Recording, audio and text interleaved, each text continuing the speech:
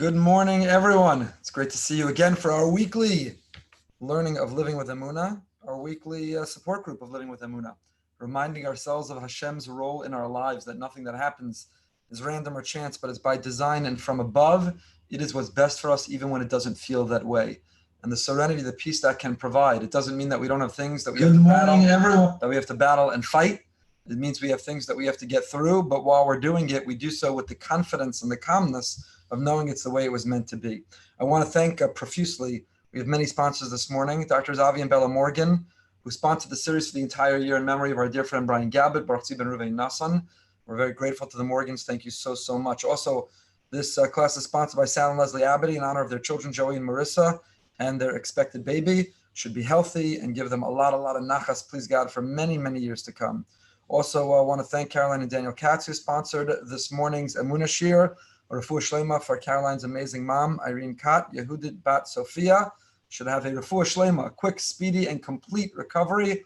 Please God, displaying her wonderful Emunah. And also a thank you to Ellie Walden, sponsored Mother's Yurtzeit Chava Devora Yuta Bas Yosef Yehuda. So the Shema should have an Aliyah. Thank you, all of our generous sponsors. Our learning of Emunah, and I have to say much more significant than our learning of Emunah, is our living with Emunah, please God. The lessons that we'll draw, the lessons that we'll learn and take with us, and the Emunah, please God, that we'll practice should be in the merit and the memory of all those for whom this morning is sponsored. We are continuing our study of the beautiful essay by Rav Schwartz, or Itamar Schwartz, the author of the Belvavi, Das Bezchonecha, Know Your Bitachon, that, again, we've been developing this theme now for several months. The idea that there's an internal self and external self. The idea that on the outside, we battle from we wake up till we fall asleep at night. We're battling to wake up. We're battling what to say, what to wear, where to go, how to be, what to eat. We're battling to earn a living, battling to stay healthy, battling to have relationships that are meaningful and functional and wonderful. We're battling from when we wake up until we fall asleep. However, internally, if we're living with Emunah Bitachon, if we're tapping into and touching the Tzelem Elokim, the godly spark, the best version of ourselves, then we know that everything that happens is happening the way it was meant to happen, and it brings out the best, the best of us. We left off last time with this beautiful analysis of an amazing Gemara. The Gemara talks about a great rabbi who runs into one of his disciples, one of his students, and sees that that student is afraid, is filled with anxiety, worry, and fear of what will be, of what's not in his control. And he turns to that student and he says to that student, I see that you have chait. I see that you've made mistakes. Again, not sin, but mistakes. And we asked, what does that mean? Isn't it natural and normal? You're living in a crazy time for people to be worried, afraid, fearful, unsure, uncertain, to ascribe blame. Such a person's living with chait. And we developed the notion, Rav Schwartz developed the notion, that what it means is when we make a mistake, we've opened the door, we've created a malach of chavala, we've created an angel of destruction. I'm not going to go through the whole example again. I actually got phone calls from people who told me that Trader Joe's corn chips are their kryptonite too. I felt very validated. Wonderful to hear. Actually, the person called me to tell me that because of my kryptonite, they tasted the Trader Joe's corn chips, and in fact, taka, they are delicious. So I get a commission now from Trader Joe's. Not. But anyway, so what happens? So when you have no temptation, when you realize that you're not going to put that poison in your body, when you'd never eat something that has no nutritional benefit or value, you're in a great place. There's no worry. You're in the zone. Then the first time you give in late at night, you eat a couple of corn chips, next thing you know, you finished all bad, you have a chait, you made a mistake. You've created a malach of chavala. What happened? Because the next day, the scale didn't explode. The scale didn't break. It didn't blow up. End up saying to yourself, clearly it's not so bad. Clearly it's not such a disaster. It's not so terrible. You've created a malach of chavala that you now have to contend with and that you now have to overcome. So chait, the very mistakes that we make, the battles we lose, become the new enemy that we face, trying to convince us that we're unworthy, we're incapable, we're incompetent, trying to convince us that there's no point, we're not going to win anyway. So the person who walks around and says, how am I going to win the battle? How am I going to overcome and triumph? How will I make it out on the other side? How will I come out okay? Such a person obviously has made a mistake that they now need to contend with. But the person, the more that we can remain pure, the more that we can remain holy, the more we can remain above the mistakes, then the less feeling we'll have of confronting enemies and battling from without. That was what we talked about, last side. So we pick up. It's very important, says Rav Schwartz, to go back and to clarify, to emphasize. We've been talking about constantly for weeks, for months now, we've been talking about the fact that there are two perspectives we bring to life. Think about it. It's 8:50 a.m. this morning. So far, what did we battle with? The sun, the heat, the humidity, davening, battled with getting out of bed, having gone to sleep so late at night, so exhausted, not even a good restful sleep, battled with eating the wrong things for breakfast that would be unhealthy, battled with my computer deciding it had to download all of its updates exactly when I was supposed to teach and becoming inaccessible to be broadcast the Torah lessons I wanted to share. Battle, battle, battle, battle, battle, battle. It's 8:45 in the morning. I'm already exhausted. There's the external existence, the external self, the external fights and battles that we go through as a natural, literally a natural part of every single day. So there's the external, I've made mistakes. I've given birth to malachei chavala, to angels of destruction. I said the wrong thing, looked at the wrong thing, ate the wrong thing, went the wrong place, let my mind wander during daven. I've made mistakes. And those mistakes those mistakes give birth to the fear of future mistakes. That's the external self. But we also have bitachon pnimis. Ach lo banu l'shlos hatfisa ach yitzon zlomar ki sheker hi v'rak hatfisa pnimis emes. He's emphasized this a few times, and therefore so do we. One should not think that what we're saying is that the external sense of self is not true, is fake, is counterfeit, isn't real. These are real battles. Your computer not cooperating is a battle. It's frustrating. Technology is the greatest gift and the greatest curse. When it all works out well, there's nothing better. And when you have a virus or it shuts down or it locks up or you have a problem with it, there's the bane of your existence. These battles are very, very real. They're frustrating. They're disappointing. They're difficult. These external battles are very, very real battles. They're not sheker. They're not counterfeit. So don't think really I'm supposed to say, oh, I'm so happy my computer froze and I wasn't able to teach. I'm so happy that I gave it and ate those corn chips. I'm so happy that this didn't work out or the other thing didn't work out. No, that's sheker. That's the lie. It's true. These battles are very, very real. They're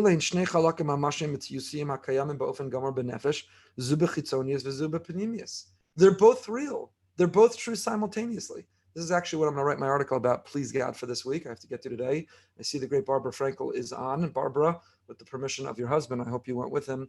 I'm going to share the story of your 50th wedding anniversary, which is impossible because you're only 30 years old, but your 50th wedding anniversary a few years ago. And a very powerful story. There are people with disappointments all around. I'm, please God, speaking at a small wedding next week. And the Kala said to me, she said respectfully, she said, Rabbi, do me a favor. I said, what? She said, please don't say how perfect COVID is or how wonderful or how much this is meant to be, because it stinks.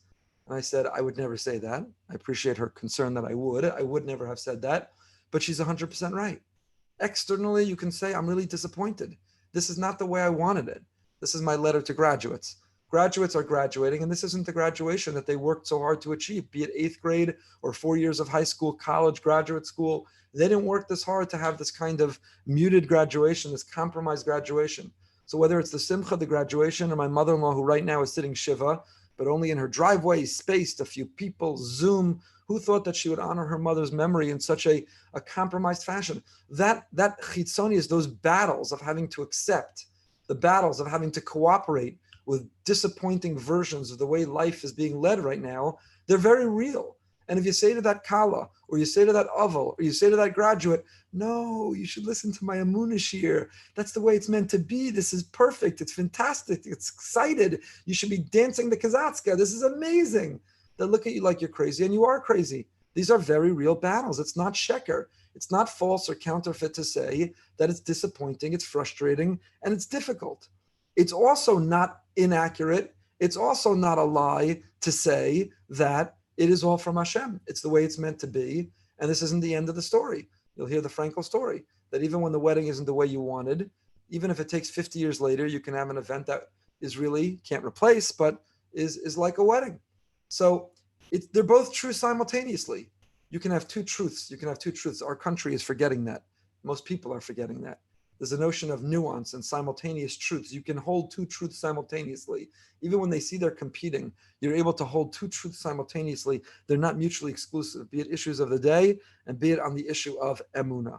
So we shouldn't be dismissive or callous or marginalize or make the person who's disappointed, frustrated, or hurt feel bad for feeling that way. It's a very real battle that they're battling, that they're facing. On the other hand, it's also true that the pnimius, that the best version of themselves is able to simultaneously say, I'm disappointed, but I accept it. I'm disappointed, but I submit to Hashem. I'm disappointed, but I also am not going to lose my calm and my cool, give up my peace and my serenity, because I do accept that it comes from above. These are two truths simultaneously. One is external, and the other is internal. And this is not a new insight. This is an insight that is part of the very fabric of our tradition. Listen to this beautiful idea. Nivar b'lashon limudim. Li'Yaakov Avinu hayu shnei shemos. The great Yaakov Avinu, our great patriarch Yaakov, had two names. He had two names. Yaakov v'Yisrael. Two names. Yaakov Hashem v'yado chezes ba'akev Esav. Yaakov got the name Yaakov because he shared a womb with his twin brother, who emerged first, and Yaakov was grabbing onto his foot, to his heel. V'Yisrael Hashem ki sarisem elokim ve'im anashim atuchal.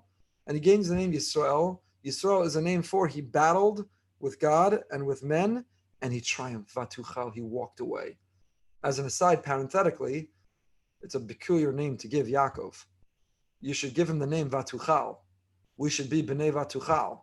Why are we B'nai Yisrael ki sarisa? Sarisa means you battled. Vatuchal means you won.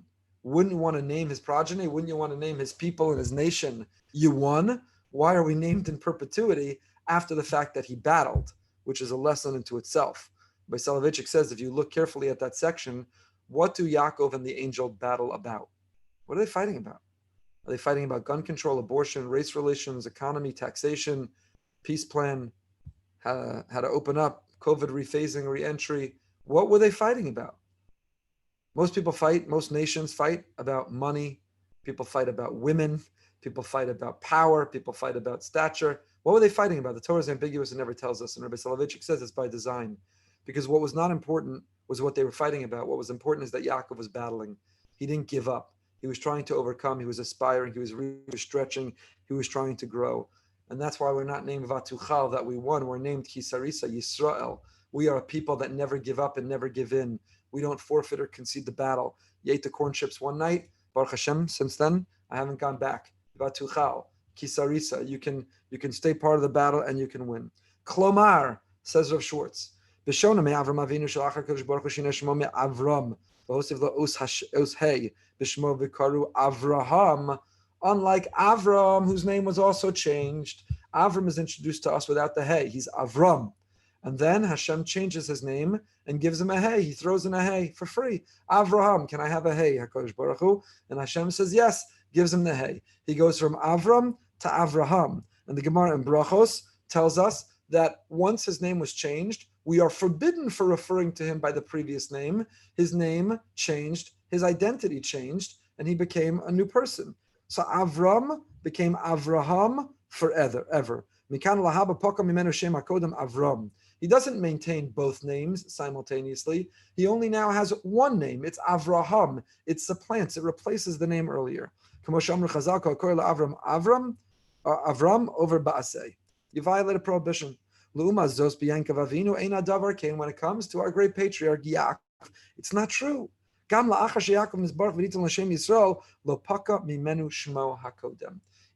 after Yaakov's name is changed, nevertheless, it doesn't supplant, it doesn't replace. Now he has two names.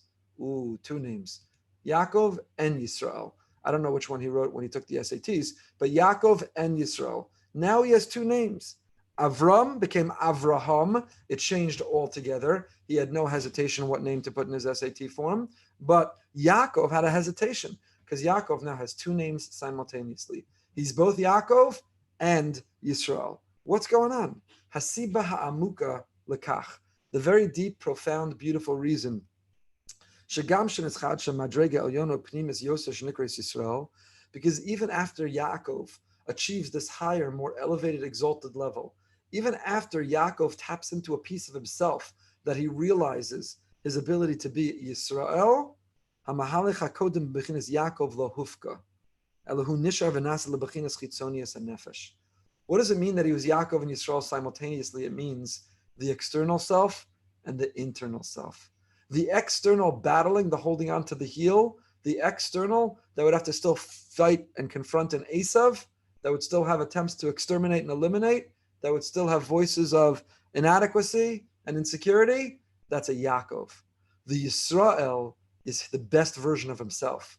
It's himself. It's when he's running on all cylinders. It's when he realizes, I'm a Tzelem Elokim, I'm God. There's a piece of God in me. There's a harmony to the universe, and everything that happens the way it's meant to be. And I'm never afraid, and I'm never worried, and I'm never anxious, and I'm never disappointed, and I'm never upset. I'm able to simply accept and go with the flow and roll with the punches. And I'm able to experience a menuchas hanefesh, a calm and a peace. There's a Yaakov and a Yisrael. It reflects the chitzonius, the panimius, the external, the internal. And we both have Yaakov, and we both have a sense of a Yisrael as well. We have both in us. Shem Yaakov Zoy Madregas Akev. Yaakov is the name heel, the bottom of your foot. These are the mitzvos. Parshas Ekev. Rashi, the beginning of Parshas Ekev, tells us it's called Parshas Ekev. Ekev Tishmun is called mitzvos ha'ela. If you listen to all these mitzvos, Ekev, Rashi there says, it means the mitzvos that you stomp on with your feet. Small, insignificant, minutiae. Who cares?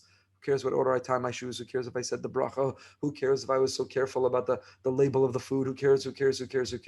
Hashem cares. It makes a difference to him, and we should care. So the word Ekev, Yaakov, comes from the heel, the bottom of the foot, what we walk with, what first hits the ground, what we step on. There's the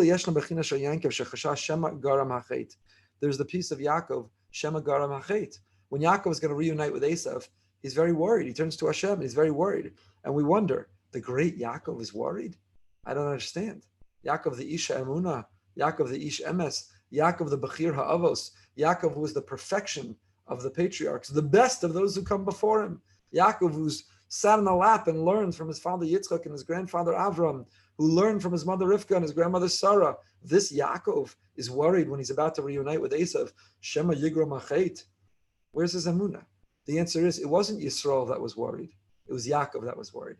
The Yaakov in us worries and is fearful and says, Shema Yigro Machet. I made a mistake before. And maybe that gave birth to a Malach Chavala. Maybe that created an angel of destruction. Maybe my previous mistake and error will enable more. And that I have to worry about. The Yaakov in him was worried about that reunion. However, L'mazos Shem Yisrael, he was at the same time still Yisrael. Harei hu nilcham b'saro shel Esav v'nitzcho. He fought with the angel of Esav and he won. V'malachot lo ala brachos bal korcho. V'meila kvar his batla his nagdus ein chet ve'ein mishayastin v'yisnaged. The Yisrael in him knows kisarisa em Elokim em kisarisa vatuchal. What's the pasuk? I already lost it. Kisarisa em Elokim ve'em anashim vatuchal. The Yisrael in him knows vatuchal. I can win. I can silence that voice of inadequacy, of insecurity. I can silence that voice of fear, of worry, of uncertainty. I can silence that voice of what will be. Vatuchal. I've been there before. Been there, done that. And Vatuchal, I came out the other side. And Hashem had a plan. And it worked out. And it was the way it was meant to be. There was a tomorrow. There was a 50th anniversary. It was able to happen. No, it doesn't work that way for everybody. A person's waiting for a test, a diagnosis, whether a treatment has worked, and it doesn't always work out well. It doesn't always work out well. Sometimes there's a tragic end, but that too is by design and the way it was meant to be. Then too, we're able to tap into the Yisrael in us, somehow to find the Yisrael in us. There are extraordinary people who in our lifetime experienced loss. I'm talking about victims of terror whose family were murdered brutally by terrorists. I'm talking about survivors of the Holocaust. I'm talking about people who a fire caused the loss of their whole family, who also not only had the Yaakov in them, but they were able to tap into that Yisrael. And they were able to say this was painful and difficult. And I so badly wish it weren't. But yet, I believe in Hashem. I believe this wasn't random. I believe somehow this is the way it was meant to be. So Yaakov, his name is changed, but he retains the name Yaakov because there are both parts within himself and within ourselves. There's the piece of us that's worried. A loved one is in the hospital and sick. We're worried about our parnasa, how we are living and pay the bills. We're worried about whether we made the right decision to daven indoors, even with the most extreme caution, care, and guidelines. We're worried. There's the Yaakov in us. Shema Yigro Machet. I've made mistakes in the past. Maybe my mistakes in the present will negatively influence my future. But then we have to tap into the Yisrael. We have to take a pause and take a deep breath. I always say, it's not my insight. How do you return? We can learn actually because he has a whole essay of Schwartz The Bavavi has a whole essay about breathing. You'd say there's a Torah of breathing, there's a Torah of breathing, the Torah of deep breaths, the Torah of breathing. It's not just the yogis and the people who do yoga and the mindfulness gurus. They took it from us. They took it from us. The same word, nishima and nishama. Nishima means breath. Nishama is your soul. When you take a deep nishima, when you take a deep breath, you restore your soul. Feel free to do it right now with me. In through the nose, out through the mouth. A deep, deep breath. You literally restore your soul. You calm. Feel every muscle in your body loosen up, untense, relax. Let go of the Yaakov and make contact with the Yisrael. Let go of being so anxious and worried and tense, of breathing so shallowly, of blood pressure so raised. Take that deep breath. Let go and let God. Relax your muscles and say, you know what? My loved one is sick. I'm worried about my parnasa. Are we making the right decisions with guidelines? What will be with corona? How do we improve race issues in this country? Whatever the thing is that's plaguing us, all legitimate things to worry about and to work on to fix, whatever it is. Take the deep breath, restore your soul. Why is nishima and nishama the same word? Because how did we get our soul to begin with? The way that we received our soul to begin with, God took some mud, some earth, he fashioned man and he breathed life into him. Chaim Volozhiner, the Nefesh Chaim, describes Kabbalistically like a glass blower. The glass blower takes a deep breath in and then inflates the glass with its own breath. So that glass is really an extension. It's really a creation of the artist who blew the glass.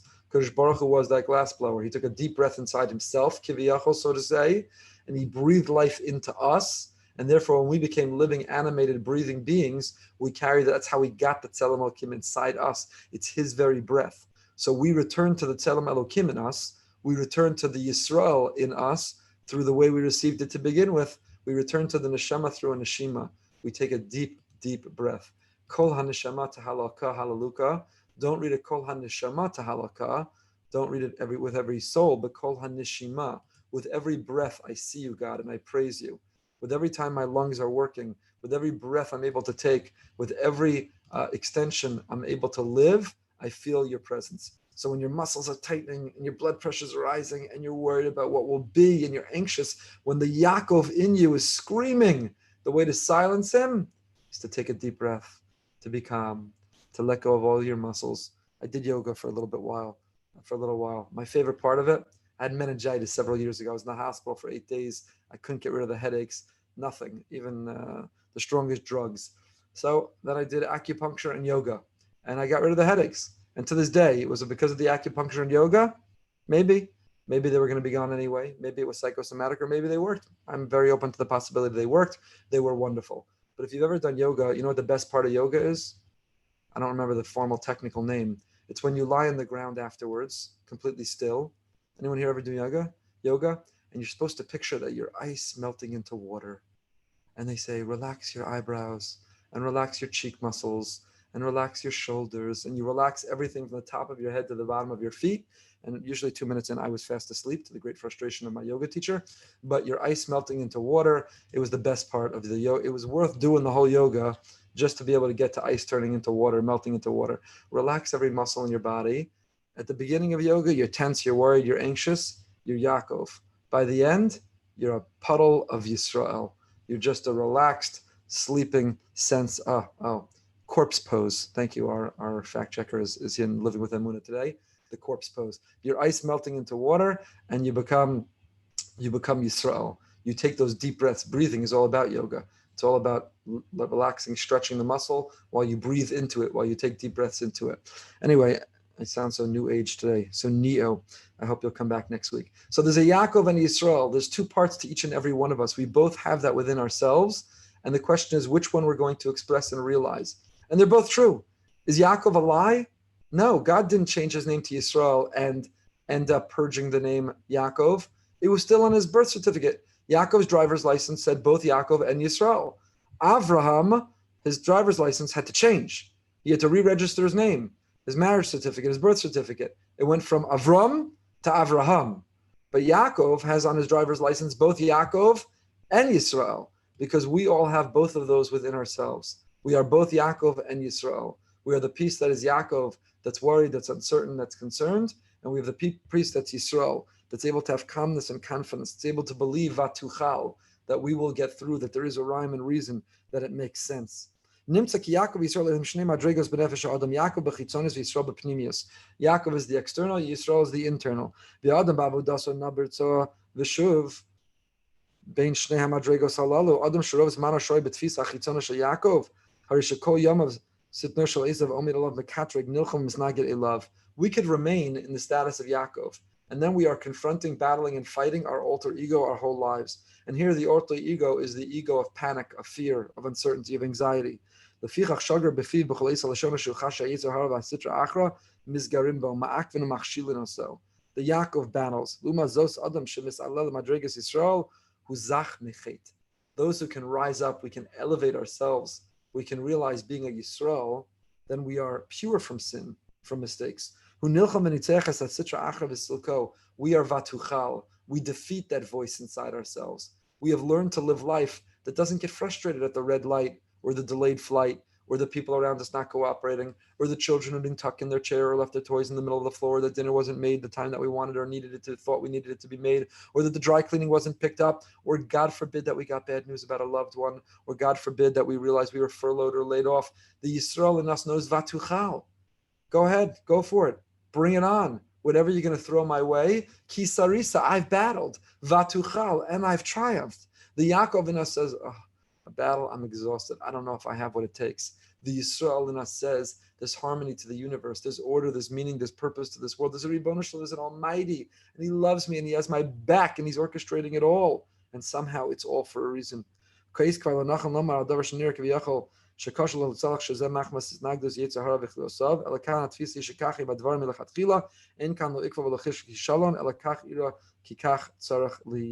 no battle, there's no confrontation.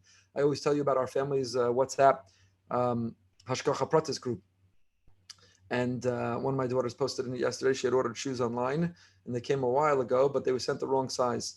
And so she looked at them, and they'd been sitting in her room. They were the wrong size. She was frustrated, disappointed.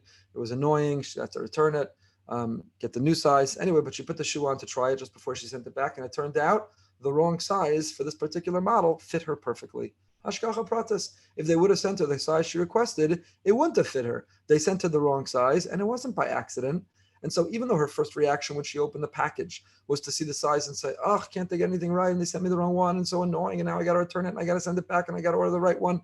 At first we think, ki sarisa, I'm battling. This in the scope of things is a very minor battle, unless you have to pay the credit card bill, but it's a very minor battle in the scope of things, in the scheme of things. But you begin by feeling I'm battling, and you end by saying, wow, vatuchal, Hashem had a master plan. So again, it means the next time that you get the wrong size shoe, don't jump to lose your cool. It could be it's going to be the wrong size, and it could be you're going to have to make your way to return it and order the new one. It could be. It could be. It doesn't always work out with the happy ending that it does when it goes on the Hashgacha Pratis group for the good.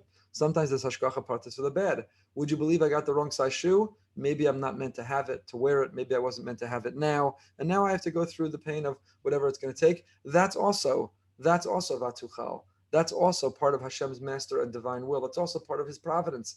That's also part of His design. Let's just finish this section. Bereshis habriya adam va'olam notzar b'yishrus v'tikun. Ha'elokim asa es adam yashar. God made us straight. He made us honest with integrity. He made everything clear. Ulam kevan shevehem bikshu cheshbonos rabim va'adam rishon chidesh es chet. Since Adam introduced to the world the notion of the mistake, of negligence, the notion of dismissing Hashem's will. So before the Chet, we talked about going back to the garden. A few weeks ago, that was the title of our shir of living with Emunah, of trying to get back in the garden together. Life in the garden was perfect. Before Adam made this Chet, before he invented this Malach Havala, before he fell short, life was fairly straightforward. You did what you had to do, and it was all provided for you, and you saw Hashem everywhere. But once he made that mistake, he introduced the Yaakov. The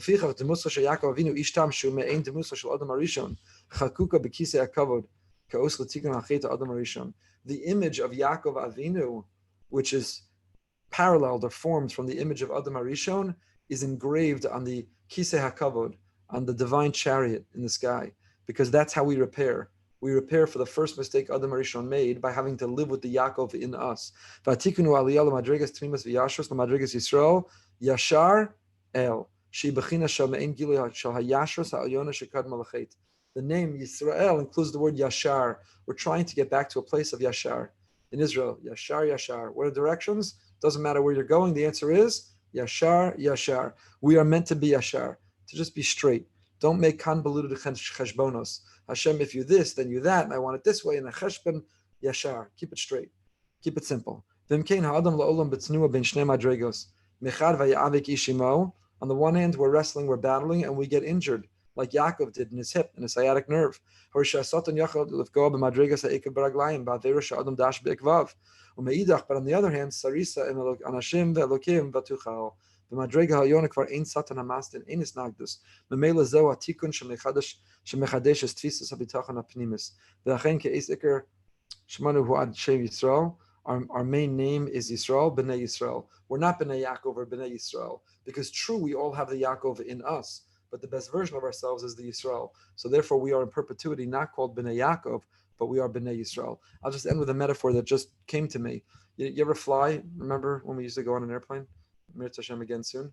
So when you fly, you ever remember the plane hits some turbulence, and what does the captain do? Captain says, excuse me, this is your captain speaking up here. I'm coming from the cockpit. And I want to let you know we've hit some turbulence. And I'm going to take us up to 35,000 feet, because I can see on the radar that at 35,000 feet, there's no turbulence. So we're going to go up above the cloud and the bad weather, because by rising up above it, we're going to be able to transcend the turbulence. So you can fly, you can travel through life, you can fly in the area that there's turbulence, or you could rise above it, and you can get above the turbulence where it's clear flying. That's Yaakov versus Yisrael. A Yaakov life is a turbulent life. A Yaakov life is it's battling, it's fighting, it's struggling. A Yisrael life is flying above the clouds, above the inclement weather. It's being able to rise above it. So Mitzvah Hashem, we should all be zocha to achieve and reach the Yisrael in all of us. If you're watching on YouTube live, please subscribe. Even if you're not, please subscribe. Tonight, Behind the Bima, 9 p.m. You can listen to previous episodes on podcast players everywhere. Got an email today that we're getting ranked on Jewish topics in Apple Podcasts. We're climbing the ladder. Tonight's guest, Rabbi Aaron Cutler, the CEO of Beis Medrash Gavoh, the Lakewood Yeshiva. A fascinating discussion we're going to have 9 p.m. Be sure to join us behind the Bima. You can find all the old episodes and watch live, follow live, 9 p.m. tonight. Have a fantastic day.